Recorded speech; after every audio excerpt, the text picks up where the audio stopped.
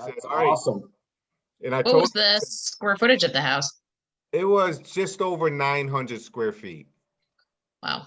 Yeah. I'm just shocked that those are so hard to resell. Was it a 2 or a 3 bedroom? No, it's a 3-bedroom one. They sell like hotcakes way higher than you think. You know, they'll put that money in it. They'll sell it for 135, A sweet spot. 140, something like that, you know. And this type of flipper, I know they do so many flips. On the easy flips, they want to make 10 grand. I wouldn't even do a deal for 10 grand. And on the harder flips, you know, they want to be at 20 grand, which I think their numbers are crazy, but I guess to get those type of you know, they do volume. They do, you know, a ton of deals. You know, they're trying to do, I can't remember if it's 100 deals this year, you know, so they're Wow. killing it. But yeah, so I just told him, I said, well, you're my first call next time, just like always, you know. So Yeah, that's perfect, man. yeah. Perfect. Because you get those like typically you don't want to give one buyer, like if you give a buyer first shot at it, Yeah. then you're waiting for him to get back with you and he might say no 4 days later and then you just waited that long for him. And they'll always say they want it until they don't want it, you know? Yeah. So, but when you do give them that shot, if they don't pay asking, just threaten to that's really creative what you said. I love what you said. I've always just said, well, I have to shoot it out to the rest of my list first, see if I can get 50. And then if not, it's yours at 47.5. Yeah. Like, come on, man. Like it's 2,500. I'm like, I know, but I have to. And you know, either way, they both do the same thing. Because sometimes you do have to just shoot the house to one buyer. So you picked your best buyer. That's a perfect way to do it. And you knew he could do it. If he could do 47.5 on a flip, he could do 50.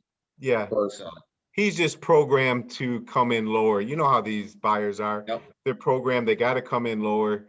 But that's why we gotta be programmed to respond, you know. And you know those guys, and a lot of times we go higher on what we want for it because we know they're going to come in lower. But you know, sometimes you just gotta. It is what it is, you know. So, but that's so that's why I shared that because, and I just thought of it when I was talking to him on the phone. You know, I'm like, dude, you're my first person I called, and you're trying to get it for less. You're not going to be my first person next time, you know. So that's awesome. Yeah, that's a great example, Todd, of like, you know, you making that buyer realize like, hey, I don't work for you. I don't need you. You know what I'm saying? You need me as a wholesaler, you know, because buyers can definitely use like that situations like make you feel like, hey, I'm your buyer. Like you need to conform to my terms. You know what I'm saying? But you quickly like let that guy know like, hey man, like I'm trying to like throw you a bone here. Right. I'm trying to give you first shot. But I have other options. So yeah, that was a great job. Yeah. And I know he's a closer. If he says he's going to close, he does.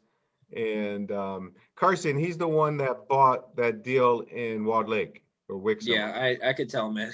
You From knew the way it? you were talking about him. Yeah. I think his goal was right around 100 flips this year. It's crazy. Yep. Yeah. So, but yeah. So remember also, and I said this before on one of the Zooms, is a couple of things I learned the hard way. I've done it before and I'll never do it again. Don't use anyone else's purchase agreement. Use yours. If you're working with another buyer and they said, oh, because they got another buyer and they want to change things or their agent, no. Don't change title companies. Use your title company only that you want to use. Don't let anyone take control of your deal because it will at the end of the day, it's not closing. It's going to get screwed up. Yeah. And it's going to be a mess. And I know that firsthand. It's always something little. You don't even think about it. And then it's like week before closing, oh, well, I didn't have this clause, so I can't do this because this and this and this. And then it kind of goes to shit. So it's a good point. Yeah. Well, welcome aboard everyone else who's joined for our weekly Zooms here, where all we talk about is wholesaling. Anyone else got anything they're working on out there. So I got something real quick. It's not really working on, but it was an interesting thing that came up this week. So I came across a referral this week. So she gave me 2 properties to look at and see about getting her offer on. And she said they both had squatters. She said one of them won't let you in, the other one won't, the other one may let you into the house. So I went to the one that won't let me in the house first, of course. Get the hard one out of the way.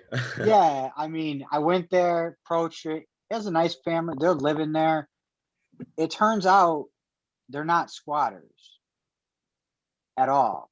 They actually they have a lease, and like the property is actually done up nice and everything like that. And it turns out that so this person just bought it in auction just to hold it for a while.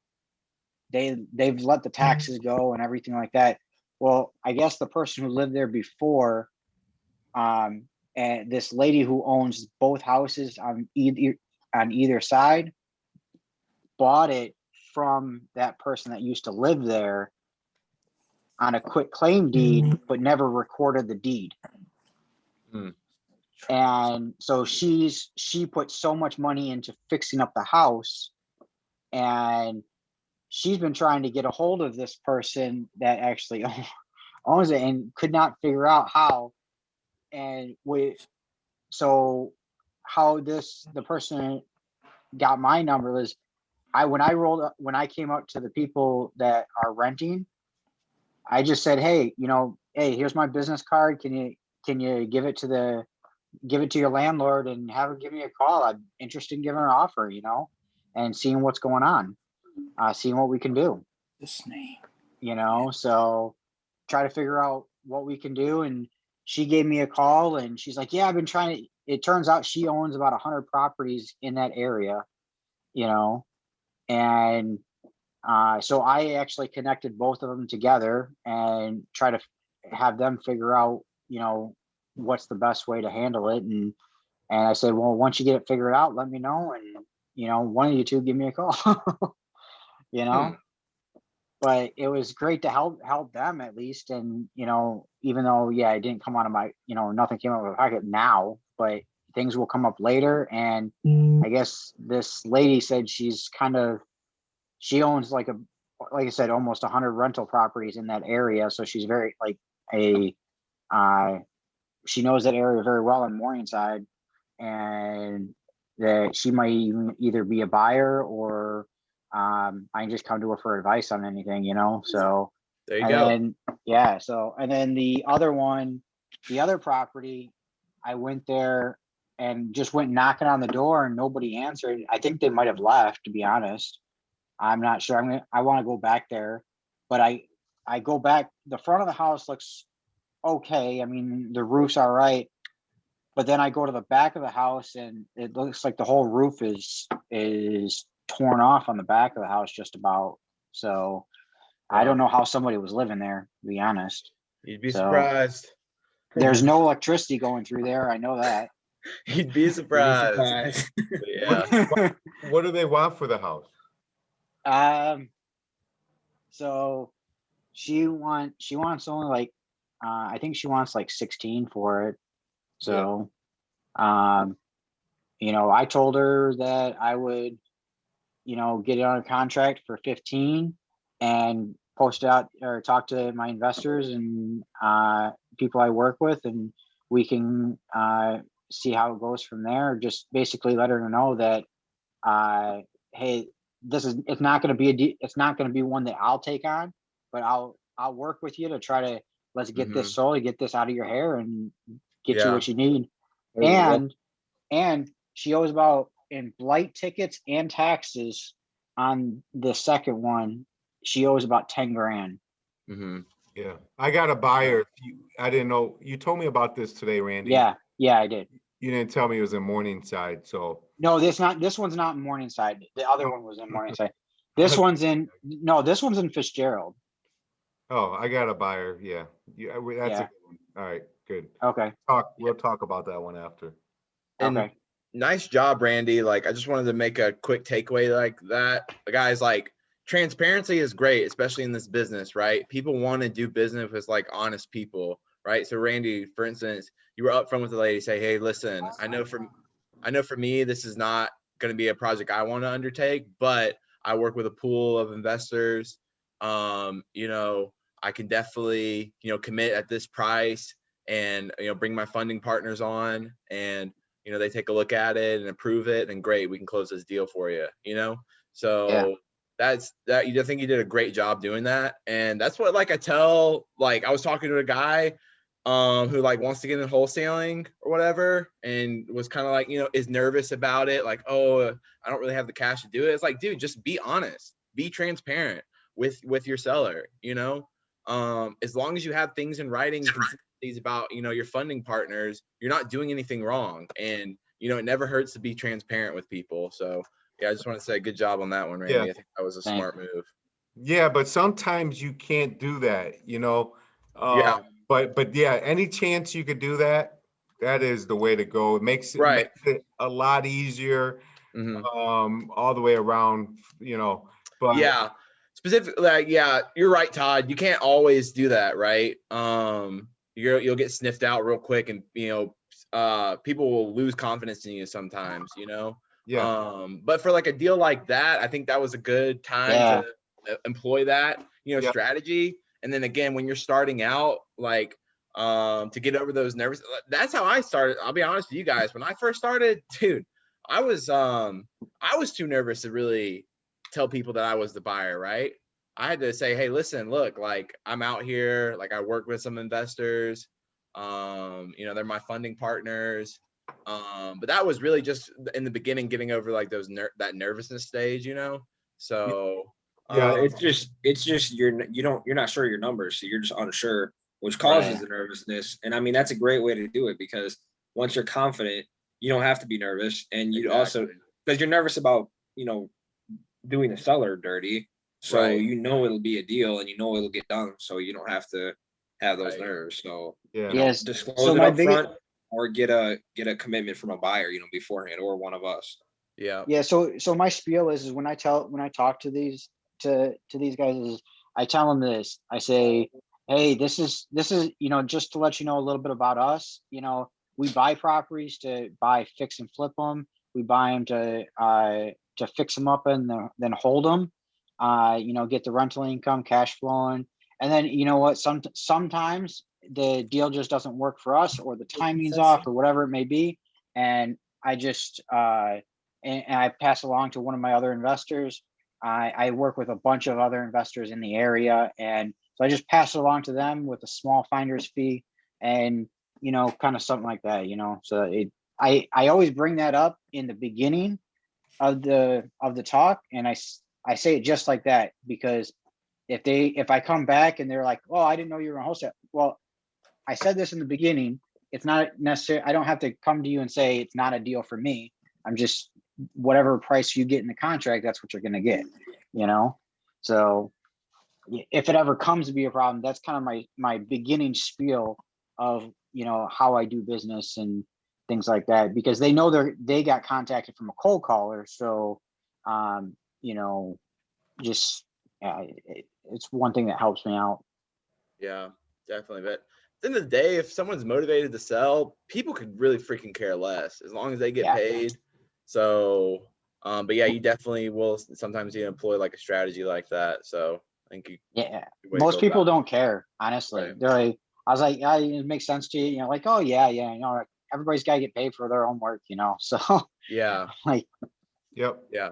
I mean, when I first started out, again, like my assignment fees, the title company I work with, they put it on the seller side. And so it was plain as day. The sellers were seeing how much I was making.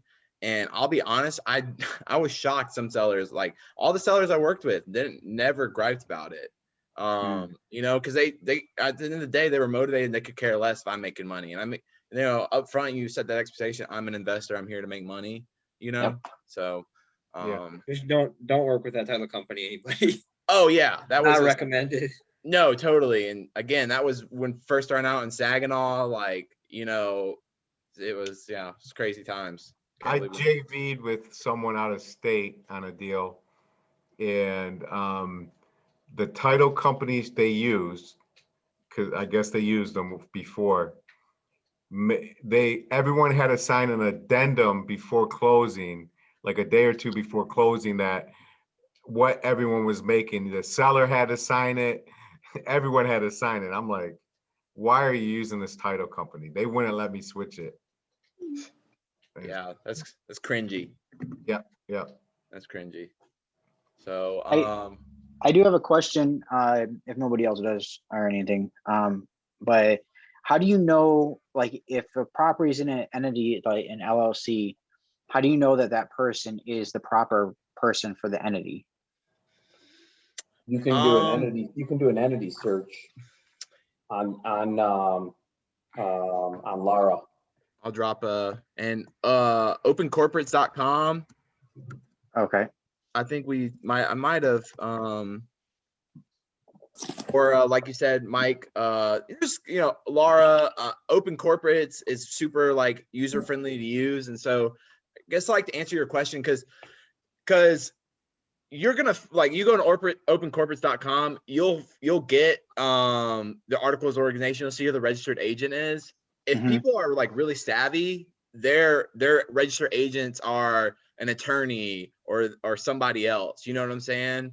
Yeah. So you might not be able to get to the head of the horse or whatever, but you can get to like an extension of them. Another thing too is they might do the registered agent, but they still might keep their personal an address, like a mailing address, as their mailing address. I've tracked people down that way. They might not be the registered agent, but their mailing address is like their home address or their office. And then so you can use the mailing address as well sometimes to figure out, okay, who is actually behind this LLC. So did that kind of answer your question, Randy? You were just trying to. Yeah, because I think the problem that I have is I don't know if they're like, Lara is only for Michigan, you know what I mean? So trying to figure out I'm trying to make sure that who I'm talking to, if I'm making this deal, I'm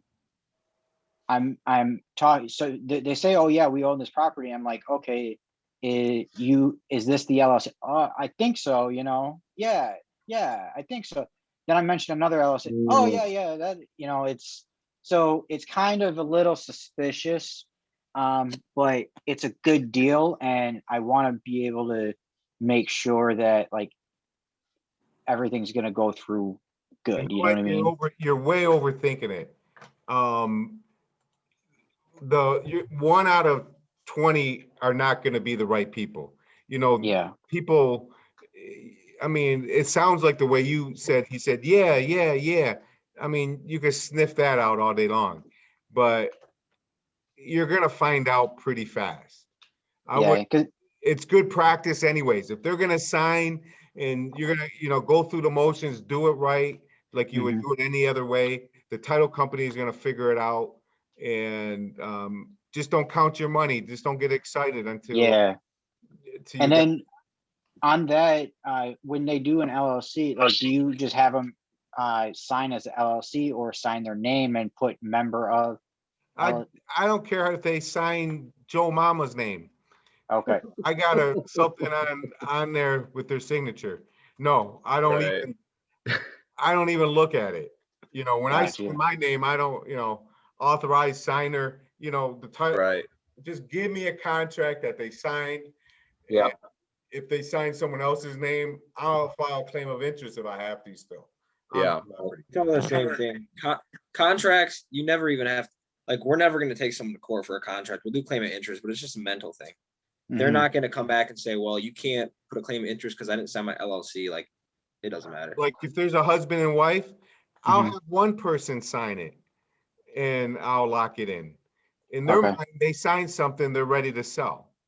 Unless in that case, you just want to make sure the other person's on board. I mean, because I've had situations where they're not, but as long as everyone knows what's happening and is fully aware and comfortable with it, if there's a little detail, they're going to be the ones. I had someone reach out. I had a seller, Todd, that deal we did in Wall Lake. The mom was on title or something, And I told the seller about it, and she was like, "Oh my gosh, I'm so sorry." And she literally copied it, sent out a DocuSign to me, and said, "I sent out the DocuSign. Please sign it." My mom re-signed. Or no, because I had already signed. She just had her mom DocuSign it and sent it back to me like within 5 minutes. Yeah. So it's not going to really break a deal usually, as long as everyone's mentally on board with it. Yeah. But try to get their signatures. If they have an LLC, just have them scribble it in under their name. That's all that really needs to happen. Yeah. All right. If you guys have any questions, throw them in the chat. Let's get some questions going, or especially if you have deals you're working, anything at all. Hey, I have a question, Mike. So with open corporates, are you able to like skip trace like the actual LLC's like number behind the company? So open corporates, Armani, is strictly just, and Randy, you talking about Laura, open corporates is nice because you can key in whatever state. So it's like a nationwide thing. So Armani, that website is not, it's not a skipping website. It's simply just to get information behind the LLC, right? Oh. So, but you know, batch skip tracing, you can do single searches now and skip trace LLCs, you know what I'm saying? So all you need is the LLC name. And so if you go to batch skip tracing, you can do the single search. And then I just plugged my guy, Zach, his business, skipwithus.com. For 9 cents, guys, skip tracing, quality stuff. I've completely switched over from batch and now use his services now. So just wanted to plug his services again, because legit, it's still early on in his company. So he's still working through things, but the data is excellent. So just wanted to plug that again. But yeah, so but you know, batch skip tracing does an excellent job, especially for those single searches. All right, cool. I'm gonna check it out. I also have another question as well. How do you feel about like those deals you have like with how do I word this? Come back to me. All right, Come back. got you, bro. Hey, Michael, is there a minimum with the skip tracing from your guy? There is. And that's what I'm saying. His business is early on, right? So he's not some big, huge operation like batch skip tracing. So he still has not the total like free for all, you know, that batch is. He does require a minimum of 1,500 records. It is something he is working to bring down, you know what I'm saying? But again, the quality of skip tracing is excellent. I get 10 phone numbers a lot of times from him. You get emails too. Huh? Emails, LLCs. Yep. What's really nice about his service too is the formatting doesn't have to be like batch. Everything needs to be in one column. Like his formatting, you can upload just the full name column and then, you know, the property address and stuff. So there's a little bit more like flexibility when it comes to that. But again, with any skip tracing service, the more data you can put in, first, last name, you know, first name, last name, property address, and then the mailing address too. That always helps your probability. But yeah, anyway, so Skip with Us is great. And anyone looking for VAs too, guys, I know I've recommended one to Mike and I think Kevin on here. If any of you guys are interested in VAs, let me know. I can have a guy that works for me refer somebody he knows, and I've always been happy. That's where I got the majority of my VAs. So, what website do you go through to get your VAs? So I don't go through a website anymore. Okay. I have 2 people that work for me through a company, right? But after I brought on this gentleman, his name's Leo. After I brought Leo on as a cold caller, he's like my head cold caller or whatever.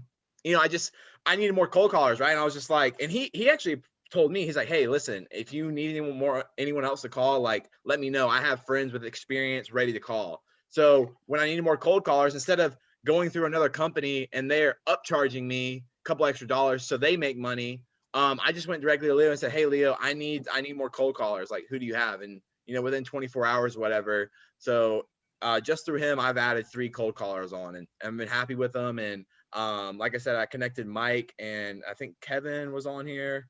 You know, two guys here connected with Leo, and you know, he's helped, you know, set them up with some VAs that he knows. So yeah, to answer your questions, been referral based. Yeah, So he's very helpful. Yeah, Leo is super awesome. He is extremely helpful, and super- and doesn't ask for anything. Just wants to connect. That's all Totally. he wants to do. Totally. So yeah, he's a good guy. He's a hard worker too, man. I mean, so I'm happy to, help him out. And that's the thing, like, I don't know if it's like a cultural thing or just like in the Philippines, like they need jobs. So if you bring someone on like a VA, and they're like a decent person, don't get me wrong, there's VAs out there that'll rob you blind if you don't, pay attention. But for the most part, they're like are wanting to help. And they need a job. And, if you're able to provide them a steady income, they'll do just about anything for you. And they, they want to be a part of your team and stuff. So, but yeah, guys, if you need a VA or whatever, or have any questions about VAs, I'm certainly not the perfect person to ask, but I at least have experience and could at least connect you to some if you're interested. So when you don't go through the website, how are you paying? Through just regular? And Like, I'll drop this. PayPal? I'll drop this website. I freaking love this website too, remitly.com. It Yep. blows TransferWise out of the freaking water. If you use Wise, you're an absolute fool, and they are robbing you blind. Remitly is so legit. I could do a whole freaking podcast about Remitly. I just had to get my limit increased because I hit a monthly limit of like, I don't know, I think it was like 30K or something because I'm paying and whatever. And Mike, what is I don't know either of those websites. What do they do? What are they for? Remitly is it's literally just an exchange website, right? So if you need to pay someone in the Philippines, right? It just, it's basically like you're just direct transfer like a bank wire to their bank. You get their information and everything, you set it up, and they collect a bit of a fee. But dude, Remitly, because I reached a cap, right? And I had to apply to get it increased, and I had to use TransferWise. Dude, TransferWise, like, it's insane the amount of fees you have to pay. Absolutely insane. Like, I could do a whole Zoom about it. But how did you pay 30 grand a month on Remitly? that might be exaggerated. But I can't remember because even I was impressed or whatever. But I reached a certain cap, right? And I couldn't pay my employees, and so I had to use TransferWise. I'll tell you right now what it was. So anyways, no, I'm sorry. I'm now at a $36,000 cap so what I reached was a $10,000 cap in 30 days. That was it.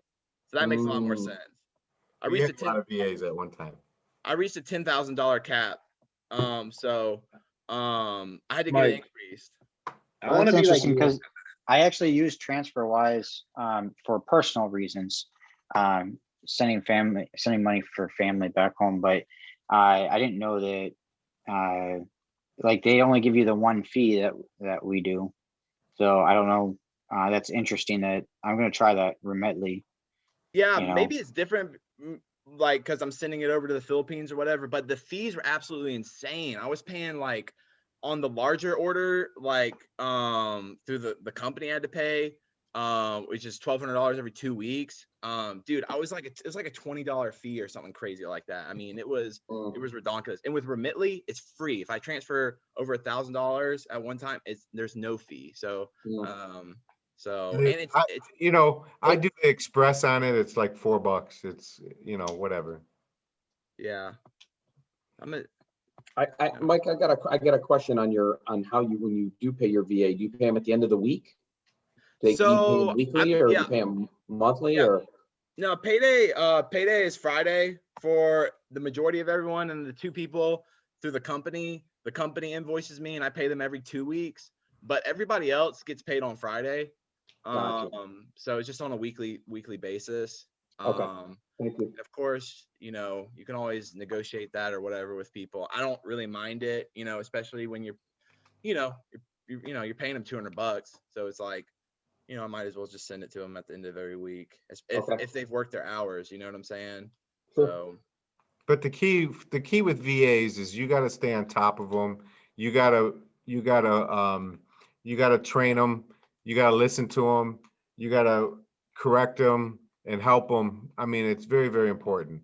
If you think of VA is just going to get on the calls, even if they say they have experience, and do it your way. If you let them slack,